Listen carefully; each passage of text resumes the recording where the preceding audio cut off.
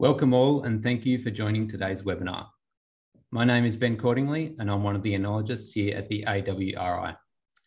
In the spirit of reconciliation, the AWRI acknowledges the traditional custodians of country throughout Australia and their connections to land, sea, and community.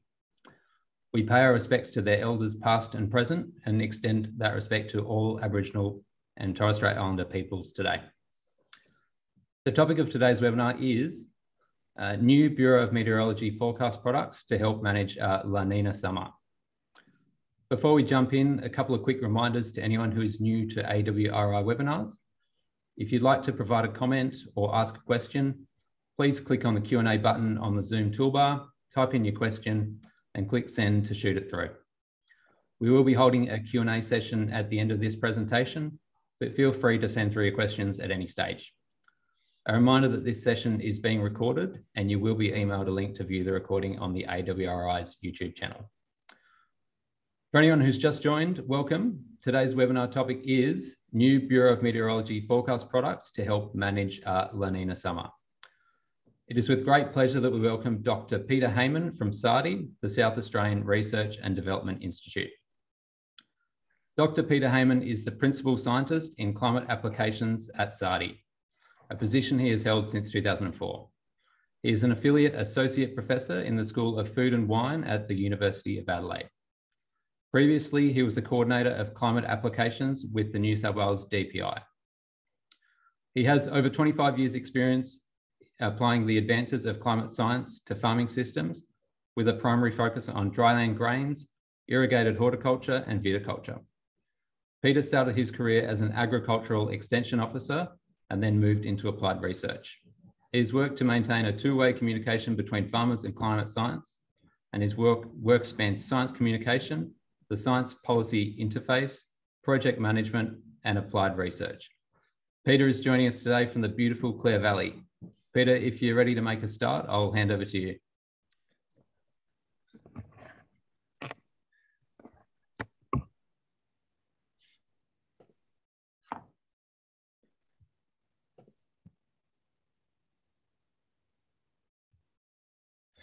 Thank you very much. And so I'm assuming someone will let me know if they can't see the screen, but I'm assuming the screen is clearly there. Thanks for this opportunity, and I look forward to questions and discussion. So this is looking at BoM forecasts to help manage a La Niña summer. As we'll talk a bit more, you'll have done really well if you don't know that we're heading towards a La Niña summer. There's been massive media discussion about that. And the Bureau of Meteorology has said that we are in a La Niña.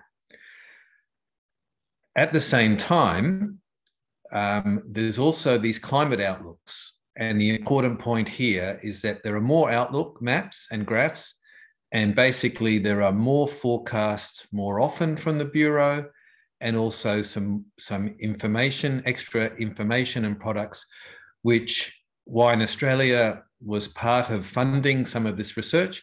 And we worked with an industry reference group of viticulturalists on this question of what are our main risks and how can we best use the information from the Bureau for this. So if you Google La Niña Australia, you get, and look at the news, you get lots. So La Niña to drive more cyclones, third La Niña event, first La Niña and the wet weather it brings is returning. East Coast remains at high risk. East Coast to be smashed by third consecutive La Niña this summer.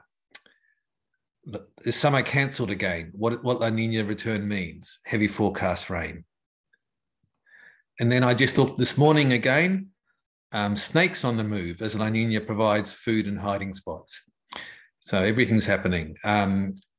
Importantly, to recognize that these are global phenomena. So in Europe, cold early winter in Europe could worsen cost of living, says forecasters, and they're relating that La Niña to that. The drought in California and the concern about that and how that might worsen it. and obviously what's happening now. And it is happening right now, isn't it? This is just from this morning. Millions of Australians hit by wild weather as storms smash 4 states. And this is being attributed partly to a third successive La Niña pattern, is whipping up storms across large swathes of the country. As we'll discuss, that's a sort of, are these storms being whipped up by La Niña, or is it are the two things related but not as directly related as that might suggest in that headline? But this extraordinary weather pattern of and the concern about flooding and the amount of widespread rain from 3rd to the 10th of October. So the dryland, rain-fed farmers that I deal with mostly are saying it'd be good for the rain to stop around now. They've had plenty, and they're worried about a wet harvest and so on. Obviously, this is going to fill dams and fill soil profiles, but there's concern about what would happen in terms of flooding and so on. There's lots of places you can find information about La Niña. This little infographic from the Bureau of Meteorology, just to point out that La Niña is something is recognized through what's happening in the tropical Pacific Ocean. It's an ocean phenomenon, but also an atmospheric phenomenon. The atmosphere and the ocean are coupled. So just in the top left-hand corner there, it's about the ocean temperatures, what's happening in the surface pressure, the trade winds, and cloud. El Niño usually develops in autumn or winter and finishes the following autumn. Remember that El Niño, the other phase of La Niña, means the boy child, referring to Christmas, and the intensity of the ocean temperatures tends to peak around Christmas time, towards the end of the year. A point I want to come back to a few times is that in the last 120 summers, about 30 have been La Niña. Now, they've talked here about 18 La Niña events since 1900. That's because often La Niña events, or half of La Niña events, have lasted for 2 or 3 years. And this is a second triple La Niña that we're looking at the moment. But if we just look at the number of summers, it's about 1 in 4. And this graphic from the Bureau of Meteorology as well gives the areas affected, and that is most wine growing areas with the exception of Western Australia. It's a seasons to years phenomenon, and you can see the intensity of colour there is really through August, September, October, November, and then less so in January, February, March. A point we want to come back to is that the impact of La Niña tends to be more within this calendar year than into next calendar year. It is more likely, historically, to affect the earlier parts of summer than the later parts of summer.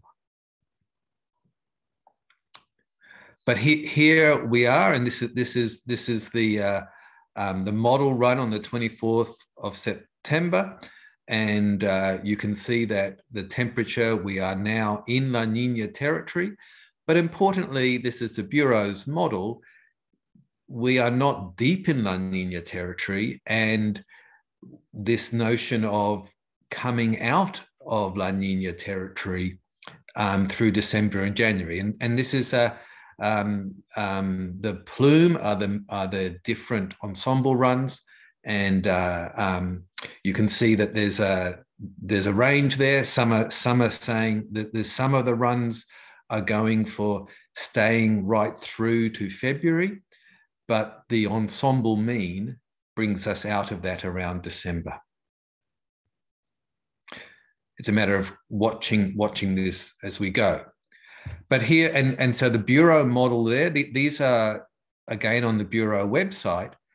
The graphic down the bottom there is one I just showed you, but you can see how many models for October, for January, for February, and you can see that internationally, most models are moving towards coming out of La Niña into January and February. An important point is that we also have a negative Indian Ocean dipole. And that also leads to wetter conditions, especially in the late winter, spring period. And so this has led to, this is part of what's driving the Bureau of Meteorology's outlook for October to December for an increased chance of wetter conditions. An increased chance of wetter conditions. So this is a chance of being wetter than the median. And you can see how that's increased there. Obviously, one of the major concerns is that soil profiles are already full across large parts of Eastern Australia. When you combine the soil profiles being full with a forecast of increased chance of wetter conditions, the chance of flooding greatly increases. So we have two important things happening here are the preceding, the current conditions of the soil moisture and profiles being full, and then a increased chance of wet outlook on top of that. So what I'm really wanting to talk through here is using forecasts that are too good to ignore, but not good enough to be sure. This point I want to really stress is that the La Niña changes the odds towards a wetter summer, but it's not a guarantee. The simple maths that if we have 1 in 4 La Niña summers, but 1 in 10 very wet summers, if you are saying that we have a system where we have bad flooding and damage 1 in 4, then we're in real strife. So what we're saying is that this has to be 1 in 10 or less. Certainly, if you go to talk to an insurer or an actuary, and you start talking about things that are happening more often than 1 in 10 as doing damage, they'd suggest we need to make major changes or move. So La Niña is becoming a synonym for flood, but we don't get floods every fourth year. So the chance of over predicting floods is included here. That's not to say that we should be really concerned with the slide I showed before about wet profiles, and even any average sort of rain could lead to some problems there. For busy, stressed viticulturalists, and I know I'm sitting at the Wine Tech Conference and just seeing, there's so much concern about grape prices and everything else.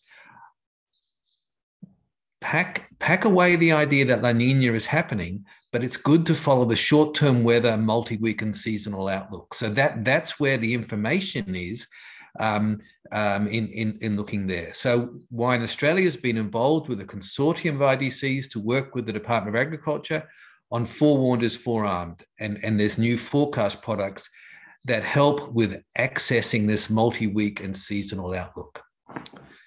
Climate change does have an impact on La Niña. This is an area of ongoing research, but just to repeat the point that, and we'll come back to this, is that warmer air holds more moisture.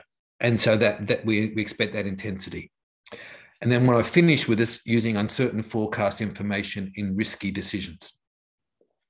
So just, we did this exercise with Wine Australia in an earlier project, looking at what people's risks, what the viticulturalist sense of risks were in terms of climate and weather extremes and at a range of different sites. So we did this with University of Tasmania.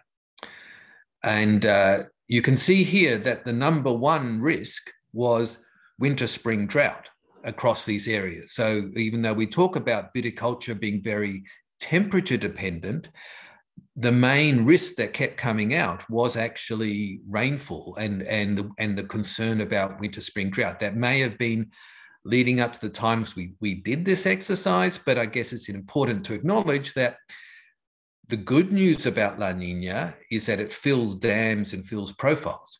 The bad news about La Niña is the bottom one there, which is summer too wet with the disease pressure. And that was equal with heat waves as the second major risk that people were doing. Now, this isn't a fully representative survey and so on, but it was interesting, and going back and talking to people about the sort of ranking and so on, most people were sort of happy with that general sense of access to water was the main risk, but then followed by summers being too wet and having disease pressure. Also, just the fact that when the control within viticulture is through irrigation, and when things are too wet, you lose that sense of control. With this ForeWarned is ForeArmed project, we went through and talked about what were the main risks in terms of short-term, the main decisions that were being made in terms of crop protection, time of harvest, irrigation, and these were the operational decisions, which are the short-term decisions. I can provide this report to anybody. It gives some information about where those different factors were. But we also looked at these tactical decisions, the weeks to seasons, but less than a year. And this was like planning crop protection for the weeks ahead, this multi-week rainfall, timing of harvest, grapes to avoid rainfall. I mean, this idea of using this multi-week rainfall and temperature information, and that's what this ForeWarned is ForeArmed is giving us better access to, is this sort of logistical management. I think what it's doing is it's a way of forecasting the forecast. We still make operational decisions in terms of when to spray and so on, but there are these tactical decisions about getting chemical and some of these sort of preparing ahead. And then there are these longer term strategic decisions where people might consider long-term climate information and climate change in terms of dam size, decisions around water allocation and trading, decisions on choosing a site for depending on frost, and changes to varieties for wet, warmer and drier conditions.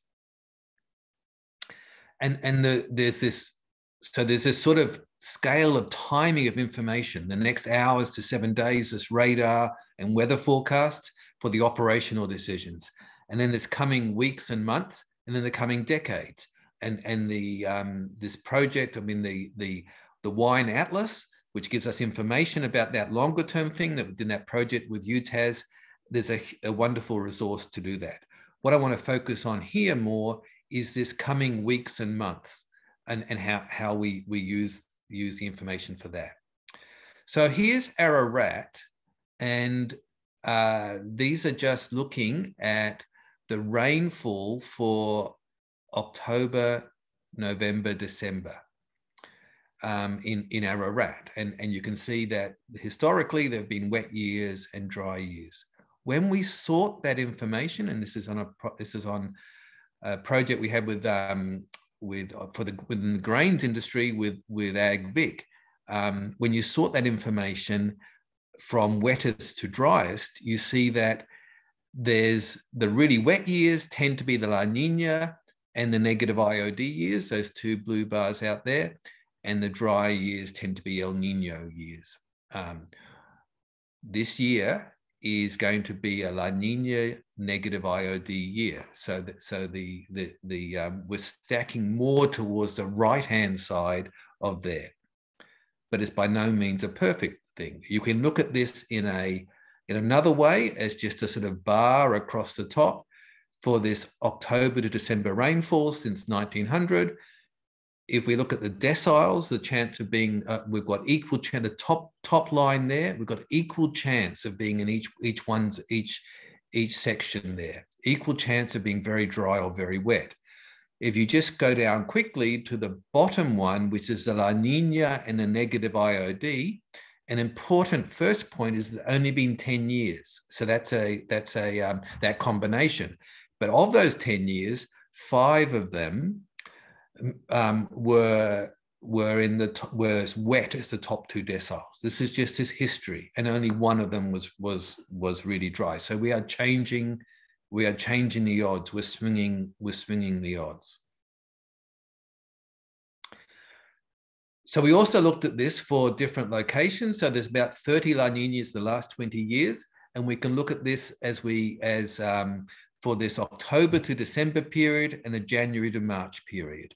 If you look at the little pie chart up the top there, we have equal chance of being in the bottom 2 deciles, the bottom decile 1 and 2, or the bottom 20%, the orange, the next 20%, and then the dark blue is the wettest 20%. And what we can see is that when we just take that Southeast Australian area, which is that purple area in the map there, we take that Southeast Australian area, that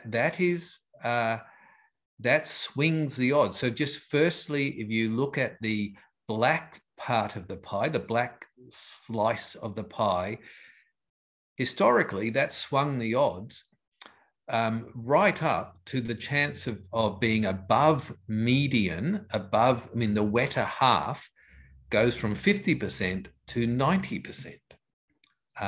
The chance of being in the very wet end increases from 20% to 40%. So we've doubled that chance. Then if we go to January to March, which is in the following year for the vintage, that here we also get a swing, but the swing isn't quite as great. So we still have a swing in the odds there, but the swing isn't quite as great. This is not a forecast. This is just looking historically at where this has been. And again, I'm happy to provide these details to people to look at in more detail for different sites and so on. So the point here is there is a swing in the odds. You can think of that as a dartboard. You're more likely to hit the blue than the red, but it's not a guarantee there. And that swing is greater in October to December than it is January to March. We did this for areas across for a range of wine growing regions. These are stations in wine growing regions. Again, just look at that black point. That black point, the black line would be at 6 p.m. if you like, on a clock face, if there was no change in the odds.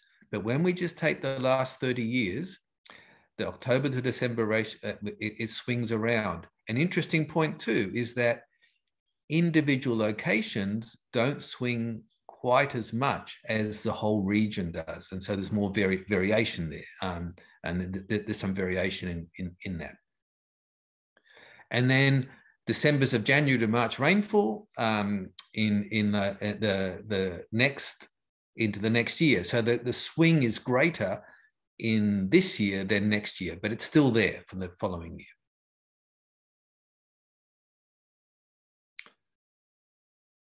So there's the two together, and you can see that the swing is in almost all locations greater in this year than next calendar year. And that's just taking the 30 La Niñas. That's not looking at what's happening in terms of of individual models. It's not looking at how long this La Niña would last. Now, what I've shown you so far is just simple statistics, but we can do this so much more that's available, and that's through running. And so those simple statistics, we're doing that in Excel. You can do this this information that's coming from the Bureau of Meteorology is run on a supercomputer, and there's this great increase in the spatial between the older model POAMA and the newer model Access, and this increase will increase. This level of spatial accuracy will increase. So if you see these models that are run on supercomputers, they're run at many more levels and much more spatial accuracy. So it's a huge amount of information. What's an important part of this is that because of this, because the Bureau of Meteorology is running dynamic models, we get more forecasts more often. So we used to have seasonal outlooks only released once a month for the following 3 months. Now we're getting outlooks Thursdays, 1 and 2 week outlooks, and the 1 and 2 week outlooks also issued on Mondays. So we're getting a lot more information. And so this is just the last one. And you can see that even though there's a very wet outlook for the October to December period, breaking that down is that after this wet event that we're seeing at the moment, the model currently is looking at that things will be much drier, or there's much more neutral outlook there. And you can, depending on where you are. So there's this extra information about weeks, about fortnights, about months, and about seasons. And if there's, I guess, a message I'm trying to say is look at this information and check this information is because of La Niña, it gives good reason to check this, but these models are not using La Niña as an input. They're using sea surface temperatures globally as an input, but they're not, no one's entering it is a La Niña into this. They're just picking up all the satellite and all the ocean temperature information and including it in the model. These extra information that's available as part of this ForeWarned is ForeArmed, which won Australia and this industry reference group. So the first thing is that you can now, rather than just looking, for a long time, we just had above or below median. So that's what this is, more often information, but it's still just above or below the median. This is now saying, what's the chance of being in deciles 9 and 10, the unusually wet end, the very wet bit. And you can see here that this takes a bit more thinking to work out, but what we're saying is that the climatology on this scale, the white is where you are, there's a 20% chance of being in deciles 9 and 10, or the chance of being in that top quintile. This is certainly areas here are increasing to 3 to 4 times the climatology odds, up to 60 to 70% from 20%.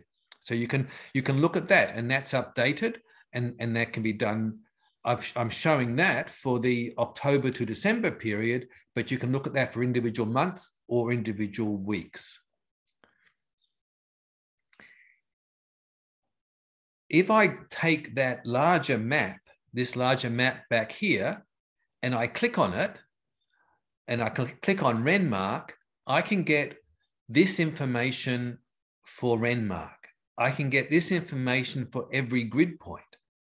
And that is saying how many of the ensemble runs fell in 9 and 10, and how many fell in 1 and 2. So this is how many model runs fell in these different categories. So if there was no signal, we would get equal chance of being in each one of these. But what we're doing is we're stacking up the wet end here for this October to December period. Again, repeating, I can do this for a week or for a month or for a fortnight. So that's the usual chance is 20%, and it's not eliminating the chance of this very dry end, but it's stacking this up towards the wetter end there. This is giving me information about the stars here, about the skill of this.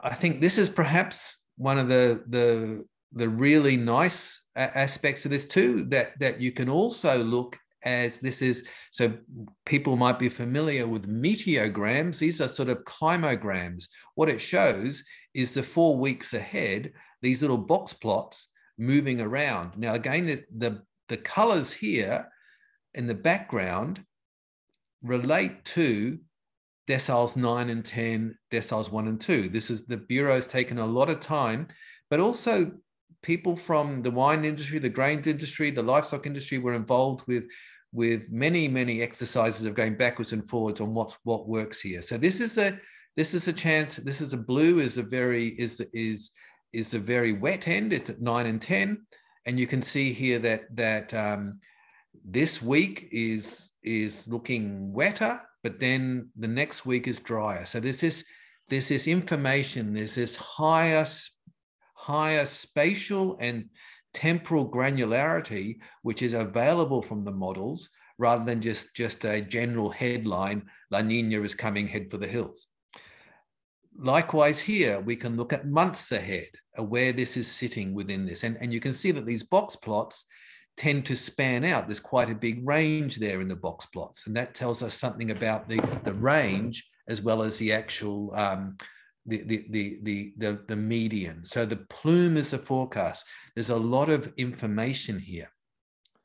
And then for people who really want to drill down, and we accept that this is a smaller group, but it was a good idea, I think, to include this is all the information. Now, we can summarize this in a simple map or a pie chart or a box plot, but this is really all the information, and it's showing you the shift. So the climatology this is for Renmark, is the chance of getting, so the 50% chance of getting 60 millimeters over that period.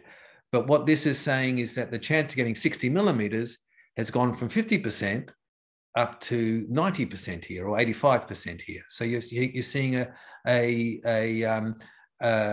or you can play the other way. You can say the 50% chance here was here at 59 millimeters. We can bring it across here, and it's at 92 millimeters. So this is all the information from the forecast for that location. Obviously, you don't need this all the time, but at times making critical decisions, the information is there. And the other fifth product is also a map product. And this was initially developed for the cattle industry in the north, but I think it's got relevance to the wine industry in terms of 3-day totals. So the chance of getting 3-day totals, you can set the different amounts from 15 millimeters, 25, 50, 75 millimeters, and you can look at the chance of that happening, again, for the weeks, the fortnights. So I guess I think there's a lot of information there. An obvious question that we're in a changing climate. Climate change isn't something that's going to happen in the future. It's happening now. This is from the latest IPCC report, and the different levels of. You can see there that the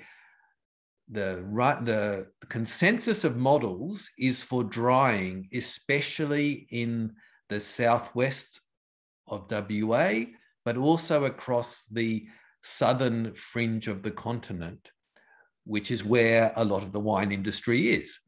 And this is drying, and annual total precipitation is the left-hand set of maps. The right-hand set of maps is a maximum 1-day precipitation, the intensity of rainfall. And you can see that the intensity of rainfall, even with drying, is going up. And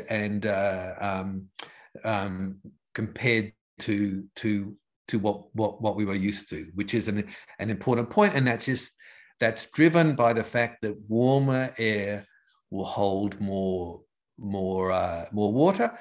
Obviously, there's complications there about what the actual nature of the different events and so on would also influence that as well, the different weather events.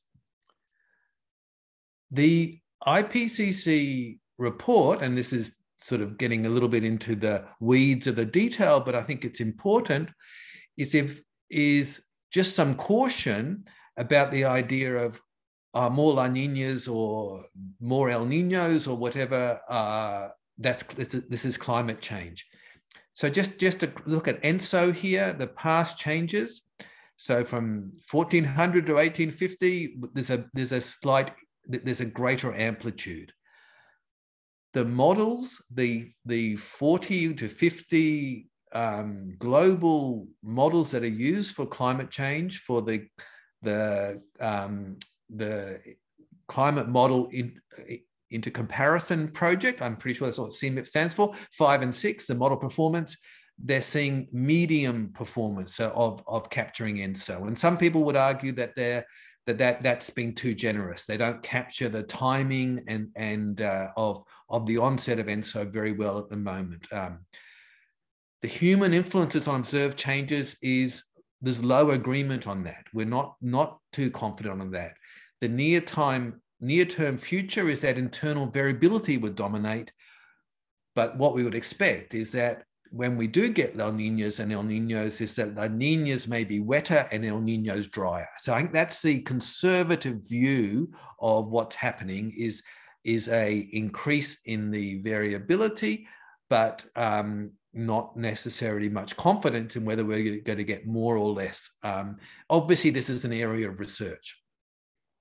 So I want to just finish up with this sort of trying to ways to think about these forecasts.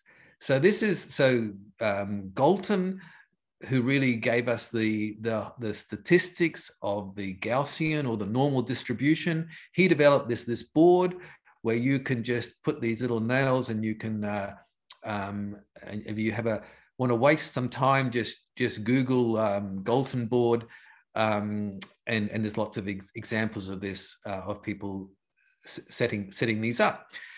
What this does is that if you have this situation, you'll get almost a perfectly normal distribution.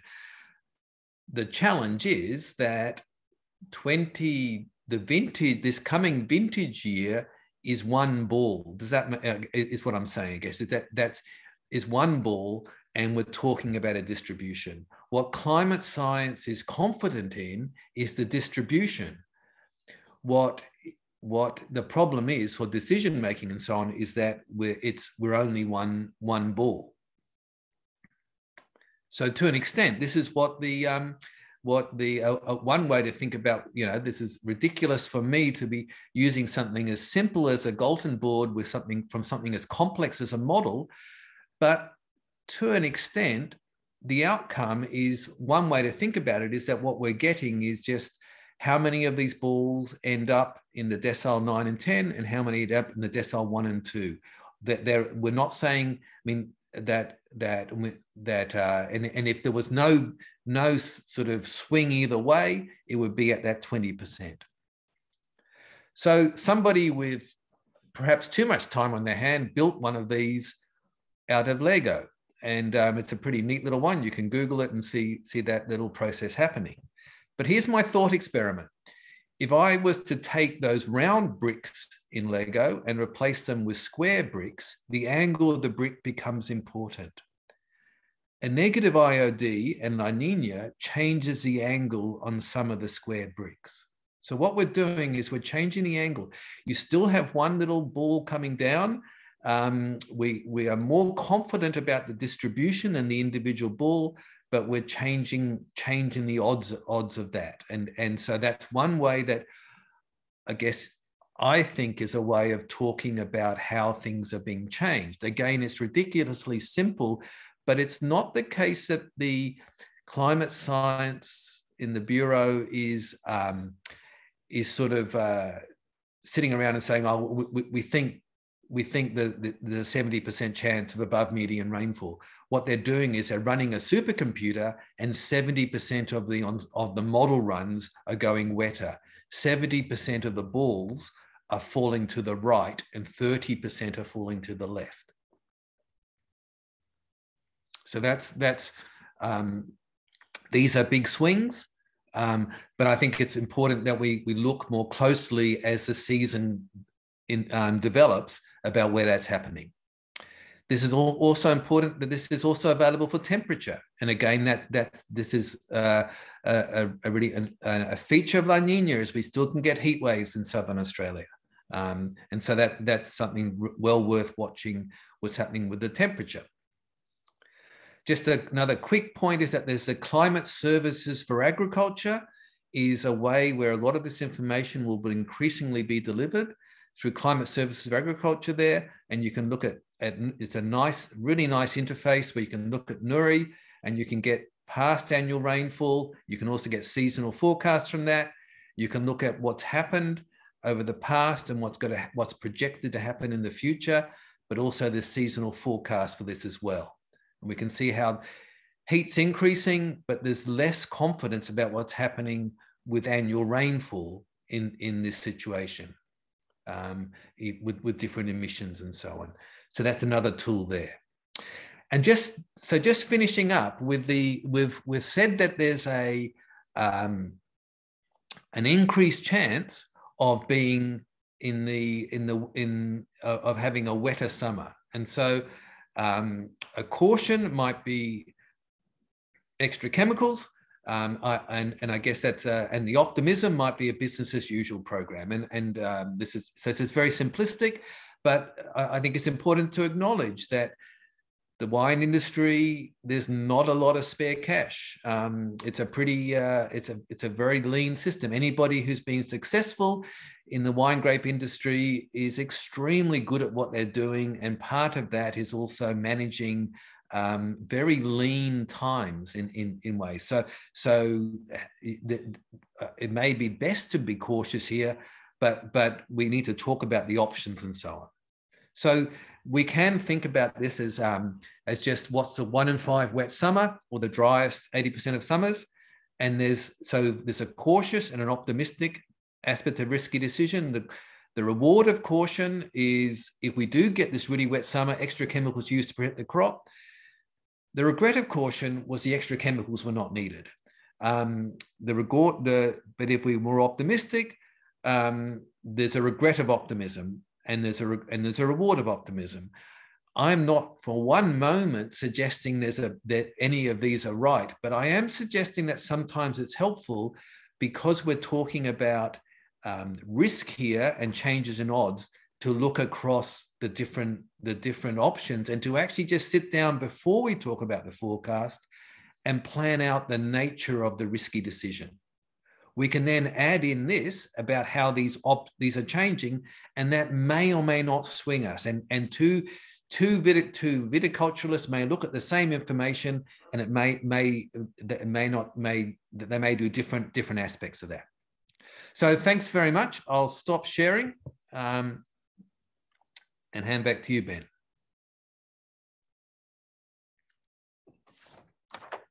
Thanks, Peter. That was a fantastic presentation. That Dalton board analogy was fascinating. We're going to transfer into a Q&A session now. So send your questions through if you have any. We do have one question already. So just bear with me for 2 moments. Someone's just seeking a bit of clarification. They've asked, the eastern states generally receive the most wet weather due to a La Niña. Why is it that the same does not get experienced by regions in South Australia? Yeah, it's a good question. I mean, so firstly, South Australia is closer to a Mediterranean climate, so we have drier summers in the first place. When you look at it in a relative sense, in terms of the swings of the probability wheel, I'd firstly say that yes, ENSO generally has a clearer and a longer impact in the eastern states than South Australia. It is surprising that, and you can win bets on this, that the correlation of winter-spring rainfall on Kangaroo Island can be, Kingston and Kangaroo Island can be can be greater than where I was in Tamworth. I mean, that's partly because we have a narrower distribution here. So in terms of, there's two things here. One is we're always going to be wetter on the East Coast in summer because that's when they get rain. And certainly, I think when we were in 2010-11, when we did analysis of that very, very wet summer for the Barossa there, what was a sort of 9 in 10 off the scale wet summer for Barossa, the equivalent number of wet days was only about the median, about the 50th percentile for Hunter Valley, and would be even probably less for Stanthorpe and so on. So that's always going to be the case. But the swing in the odds is surprisingly high, even when you come down to South Australia. It's not quite as much into the rest of the season, but it's that those swing in the wheels is surprisingly high even in South Australia.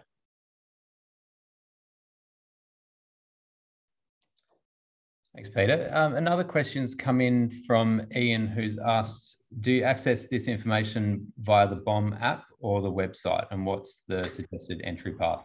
Yeah, so you access it through the website. So if the easiest way is to use your use Google or your search engine of choice and just put BoM seasonal outlook, BoM, BoM seasonal outlook, and that will get you to one of the hits will get you there. And the great thing about this project that Wine Australia and others have worked with and funded by, worked in this ForeWarned is ForeArmed project, is that by working with BoM, that's actually, these are all operational products. So it's just a clickable map. And so you just come up with that early map, which shows above or below median, and then click on it, and there's a lot more information. I really get that people in the wine industry are incredibly busy. I'm not saying you need to do this all the time, but if you are making a critical decision, there's the opportunity to sort of drill down and get this extra information. If you're not making a critical, if it's just a general outlook of what's happening, that ribbon of maps that gives you above or below median tells you the story. Next to you, it's looking a bit drier and then wetter and so on. And then, of course, for the shorter term, there's all the many, many weather apps and so on as well. But good question. It's there on the seasonal information, as far as I'm aware, is available on the web only.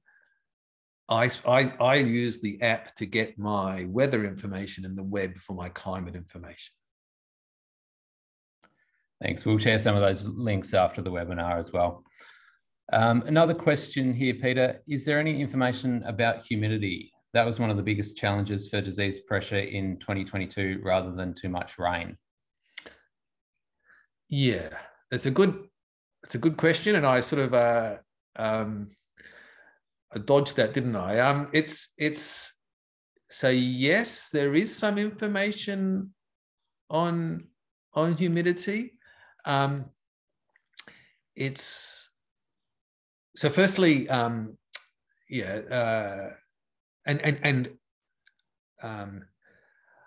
I think humidity is something that is very good in the weather apps. So there's so many weather apps. It's a really good idea to try and find one and to get humidity. And I would think also just getting dew point, understanding humidity better, because relative humidity is relative to the temperature, to see what's happening with dew point. And there's plenty of apps there which will give you the temperature, the humidity, and dew point over the next 7 days. And so I think that's really good information. When it comes to the seasonal outlook and the multi-week period, I suspect most of that's going to be captured in the rainfall event. So in these products, there isn't something on humidity. We did, because of the livestock industry involved, and obviously for livestock, the heat is it's not the heat, it's humidity for us humans, and for cattle, there's this thermal heat. So there was a lot of interest in that. However, I think most of that is actually captured in the rainfall outlook. It'd be surprising if you had a low rainfall outlook. So yes, we may not get rain exactly where we are, but the conditions that are conducive to rain will probably lead to that increased humidity. It's a good question. We could get more information. The other problem, of course, is that there's all the complexity of the humidity within an irrigated grape canopy, which is a complexity beyond that as well. Thanks, Peter. Another question, the person writes, where are we at in comparison to SAMDB 1956 flood, i.e. a third or bigger in percentage? Yeah, I'm the wrong person to answer that. So I think that the flooding story is so complex, isn't it? Because it's so complex about how the catchments wet up. So hydrologists are very interested in the pattern of rainfall. So it's not just the rainfall in a region, but do you get a pattern where you get the whole catchment? Now, for South Australia, so let's say east of the divide, that's very important. As we come west of the divide, where we are, it's much more to do with you can predict these things further ahead, and how much is held in dams and everything else, and so on. So I don't know, but I think that the good news is that the flood people are talking to the weather people more than they ever have before. And so this information is all being, so hydrology, so there was a time where hydrology and the Bureau of Meteorology were sort of more separate departments, but as far as I can understand, more and more of the hydrology and water aspects are being handled by the Bureau. And given that, as my friends in the Bureau will point out to me, their number one aim is to save lives.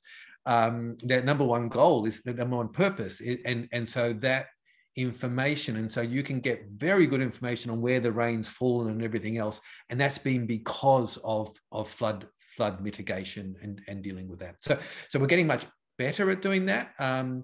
However, those extreme floods earlier this year last year were just exactly the rain falling in exactly the wrong place and the wettest catchment at the wrong time, sort of thing. And there's that complexity to it. Thanks again, Peter. Another question, is there a seasonal outlook for frost potential? Having spent some time viewing the frost data on the BoM website, it seems to be forecasted from fictional data and not real data. Yeah. Okay. So the same spring frosts that affect the wine industry affect the grains industry, and the grains industry has more money than the wine industry, and so the grains industry has funded quite a lot of work on frost. And we were involved with a project with James Risby on trying to understand these spring frosts. And I think the ability to predict frosts beyond the sort of week ahead is very, very, very, very poor. So we can understand some of the process. So basically it's this infeed of incredibly cold, dry air. So these are radiation frosts. We would obviously the question is, if they were just radiation frost, every time we got a high pressure system would have a frost. We don't get that. We have to have this infeed of very, very cold, very polar air. And I can, if afterwards, if someone wants to send me an email, I can send them that report and that information.